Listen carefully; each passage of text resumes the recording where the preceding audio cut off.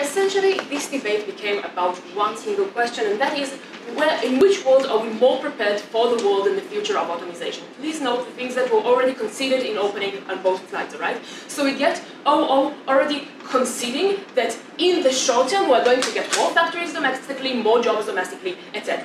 We get OG conceding with a direct POI they get from Alon on the fact that, yes, some tax revenue from these companies is going to get lost. Eventually, the question is, in the long term, what is more significant? In the long term, what makes us more prepared for the future of automation? Having more jobs or having less income specifically from tax revenue of the companies? My point will be directly about this, and I'm going to show you why in the long term we are going to have a bigger budget and be more trained workers that are actually going to help us. Please note, while Ayal framed his entire speech as being about the problem of automation in the future and we need to be more prepared for it in the short term, we didn't get an analysis about why, in fact, in the future we will be prepared for this, only why if it happens now it's so bad. We are actually going to analyze that. Let's get to a speech, also about will be fully integrated. So let's start with the point about the budget. So first I do want to mention that debate is a game of analysis, and why this is crucial, because in fact we didn't get much of an explanation about why the taxes that we lose from these companies are actually so big and so much taxes, and we got no idea of how much this is anyhow. Let's actually analyze the actual way about why we think the growth we are going to have in our economy through having more jobs is more important. A, in terms of taxes. Unfortunately for Elaye, factually, most of the taxes of all states in the world pretty much are from income tax, right? Why is this true? This is not only a fact, but it also logically makes sense for a few reasons. A, because usually companies have better lobbyists, right? They usually get themselves like lower taxes to begin with. They're usually smaller of them. So even if they pay large taxes and they are very, very wealthy, there are only like one company compared to millions of workers that Amazon has, right? We think that these stuff are crucial. But secondly, we think that another point that is super important in the terms of the budget is the expenses, okay? Please note, having unemployed population is a huge expense on a state budget. It means you need to, A, pay more of the welfare, right? You need to pay them for Medicare, you need to pay for unemployment fees, you need to pay for public housing, you need to pay for all these things, and B, it often increases crime, right? Because often unemployed workers need to find the less results of actually helping themselves. Obviously, this also costs the state money. Why is this crucial? Let's do the actual comparative weighing of what costs us more,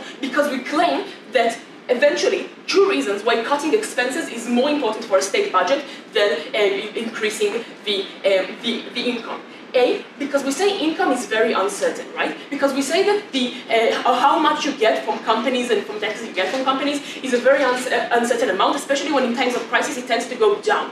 However, expenses are a very certain thing. You need to always pay them, especially in times of crisis where they usually go up, right? So we say that generally it has a bigger effect on your state budget, but secondly we say that cutting expenses is usually about more per the dollar for the very reason that most countries, especially in the West, are currently in debt, right? That means that when the US needs to pay money on their expenses, they need to also pay the rate they will need in order to actually give back the money that they borrowed from other countries in order to pay for this welfare, etc. Whereas income is $1 per the dollar, outcome is more than $1 per the dollar. Therefore, cutting expenses is much more crucial to the state budget. All of these things enable us, all of the things that OO wants to get but never actually analyze why we actually get them, right? All of these things enable us to pay for this training, to pay for whatever UBI or whatever solution we will find for automation. But secondly, let's talk also about training. We say a few things. Again, firstly, about analysis, please note, what training usually do these workers are going to get on the opposition side? I have no idea, right? Because I really don't know at this point what sort of training we are you need in order to actually to compete with an AI, right? What do you need? Is it something as simple as pressing a button? Is it something as complicated that you need a second degree and most people won't be even able to achieve? I have no idea. Let's actually analyze what it is in the likely scenario.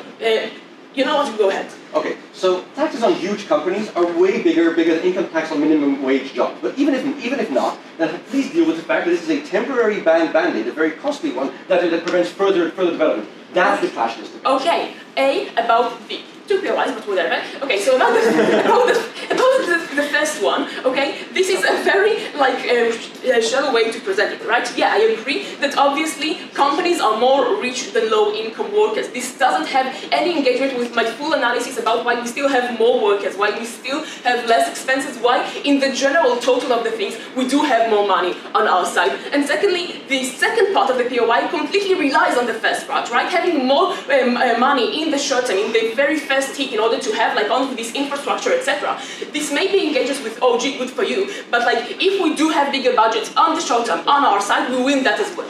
Let's talk about training.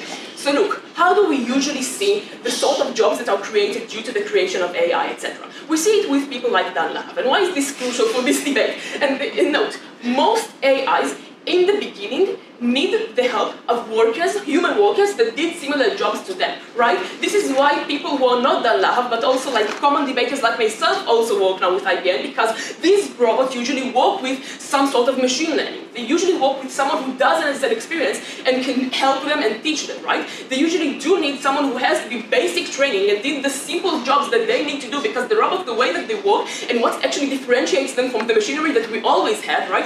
The new era of automation is self-learning machines. How do self-learning machines work? I will tell you that. They don't learn it from CEOs, because CEOs are busy and have better things to do with their time. They learn it from the simple workers that aid them with their jobs, that teach them how to do the simple tasks, that push the button, right? We think that this is exactly where having a job in the short term, no matter how irrelevant and eventually replaceable it's going to be, is crucial, because at least when automation starts, you are going to have a crucial role in designing the market. And secondly, we say that your very ability to actually handle it once you had a job before is also crucial. A, because pension, because having savings, because having stuff that enable you to deal with the potential loss of jobs in the future is so crucial, but also because of political power. And note, having any solution that OO wants for automation, anything such as universal basic income, anything such as regulation like the European Union suggests, etc., are things that demand the public having power. And one of the biggest prices is that once the public loses all sorts of capital gain and loses their jobs, we're only going to have the lobbyists of the wealthy lobbying for their own better interests, right? If we have jobs in the short term and we still have the capital power for the general public, in the short term we can actually regulate in their favor, not against them. Begging